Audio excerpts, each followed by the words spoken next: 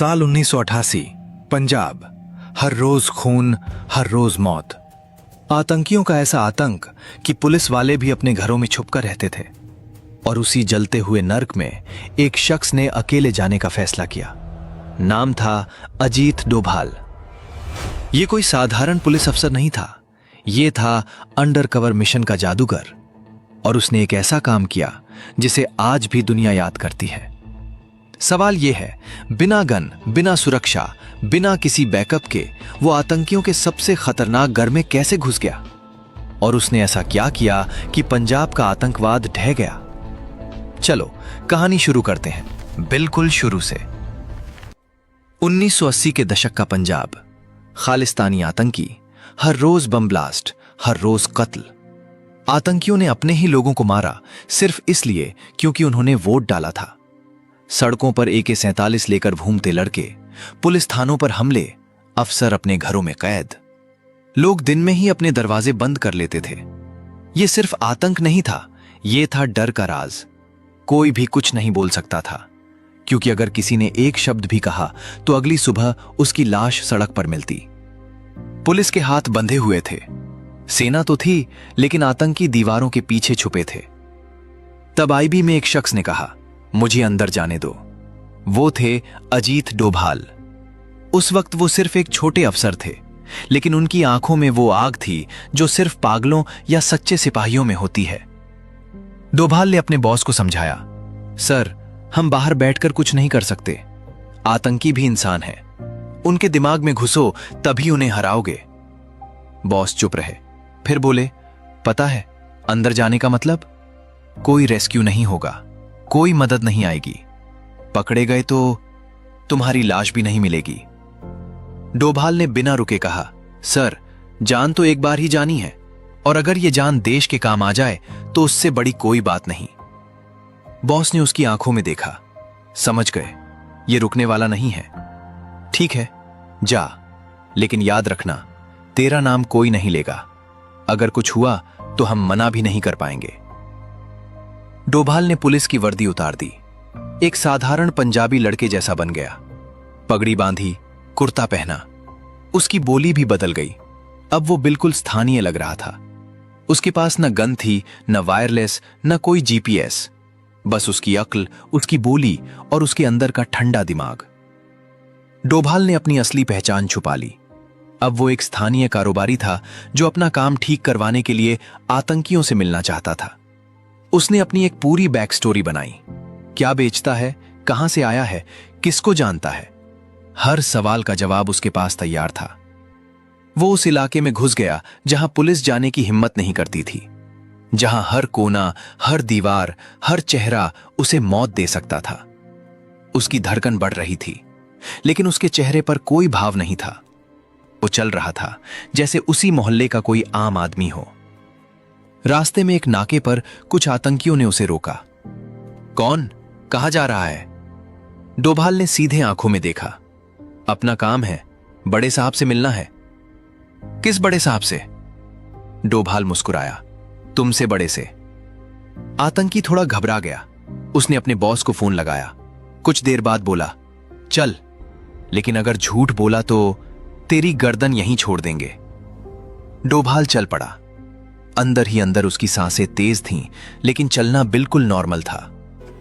वो जिस कमांडर से मिलने जा रहा था, वो उस वक्त पंजाब के सबसे खतरनाक आतंकियों में से एक था, जिसने अकेले ही 50 से ज्यादा पुलिस वालों को मारा था, जिसके एक इशारे पर पूरा जिला थर्राता था। मुलाकात एक टूटे फूटे घर में हुई। चारों तरफ गन लिए आतंकी। अगर एक शब्द भी गलत हुआ तो डोभाल के टुकड़े टुकड़े। दरवाजे पर 2 बंदूकधारी, अंदर 4 और बीच में वो कमांडर। डोभाल ने गहरी सांस ली और अंदर चला गया। कमांडर ने उसे ऊपर से नीचे देखा। आंखों में शक था, हाथ में गन थी। बोला, तू कौन है और यहां कैसे पहुंचा? डोभाल ने सीधी नजरों से देखा। हाथ नहीं कांपे, आवाज नहीं लड़खड़ाई। बोला, मैं अपना काम देखने आया हूं, बाकी तुम्हारी मर्जी। कमांडर ने पहली बार में ही पूछा, तू पुलिस वाला तो नहीं?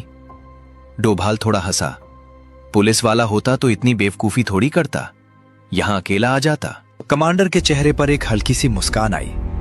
उसने डोभाल के सामने पानी रखवाया, बोला, बता क्या काम है।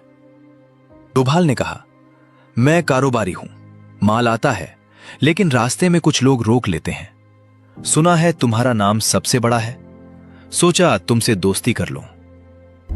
कमांडर चुप हो गया, फिर बोला, अच्छा दोस्ती करनी है तो सबसे पहले एक काम करके दिखा। उसने अपनी गन उतारी और डोभाल के सामने रख दी।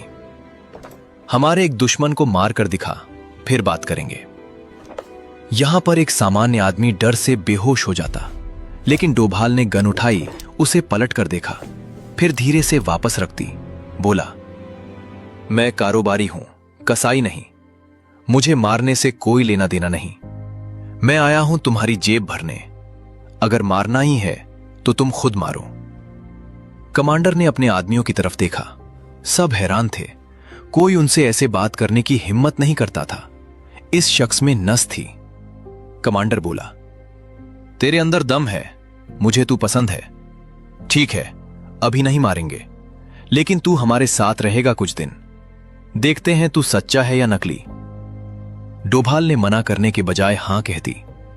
जहां मर्जी रखो, मुझे कोई शिकायत नहीं। अब डोभाल उनके साथ रहने लगा। वो उनके ठिकानों पर गया, उनके खाने में बैठा, उनकी बातें सुनी। वो देख रहा था उनके हथियार कहां से आते हैं, उनके पैसे कहां से आते हैं, कौन सा पुलिस वाला उन्हें बचाता है, कौन सा नेता उनकी जेब भरता है। लेकिन सबसे बड़ी बात जो डोभाल ने देखी, उनके अंदर फूट थी।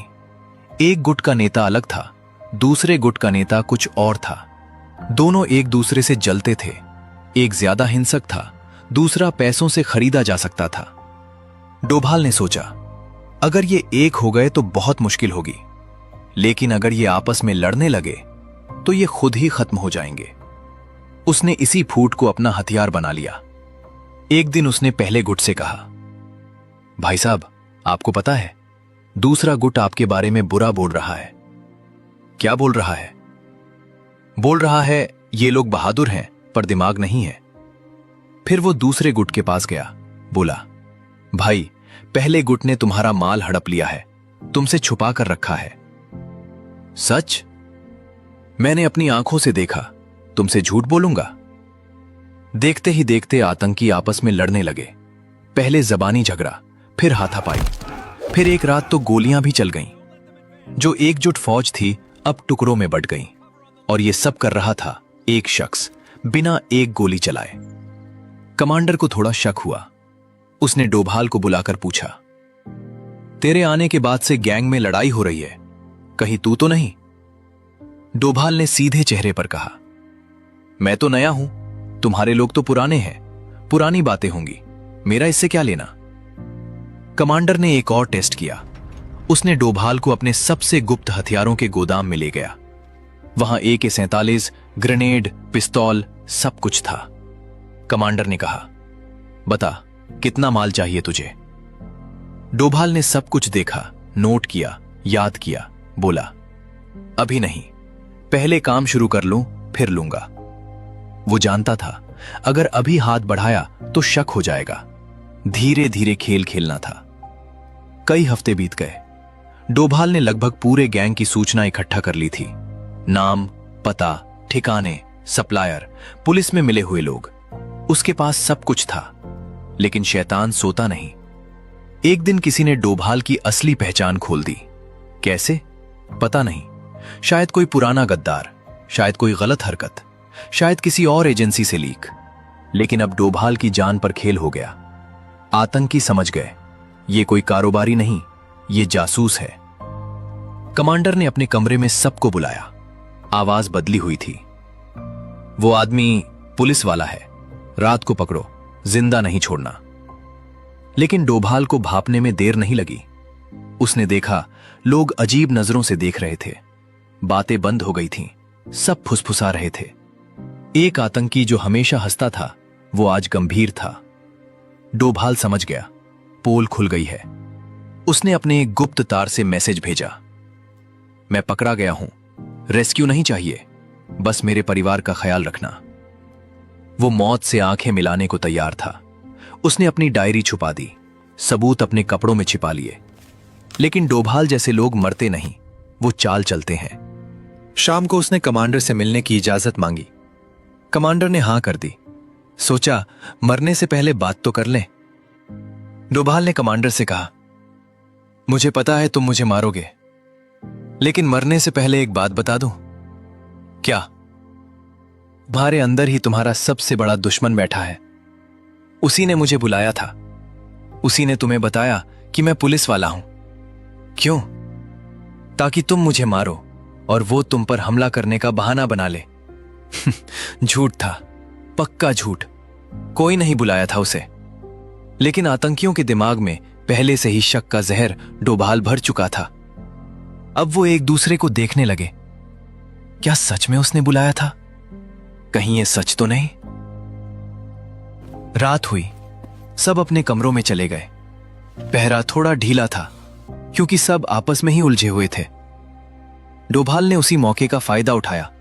चुपके से उठा, जूते हाथ में लिए, दरवाजे की तरफ बढ़ा। बिना कोई आवाज किए वो वहां से निकल गया, जहां से कोई नहीं निकलता था। पीछे मुड़कर नहीं देखा। रात का अंधेरा उसकी ढाल था। एक दीवार फांदी, दूसरी, तीसरी।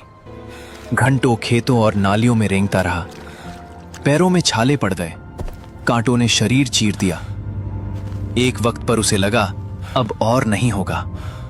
पैर जवाब दे गए, प्यास से गला सूख गया। लेकिन उसके दिमाग में सिर्फ एक बात थी, वो सारी जानकारी।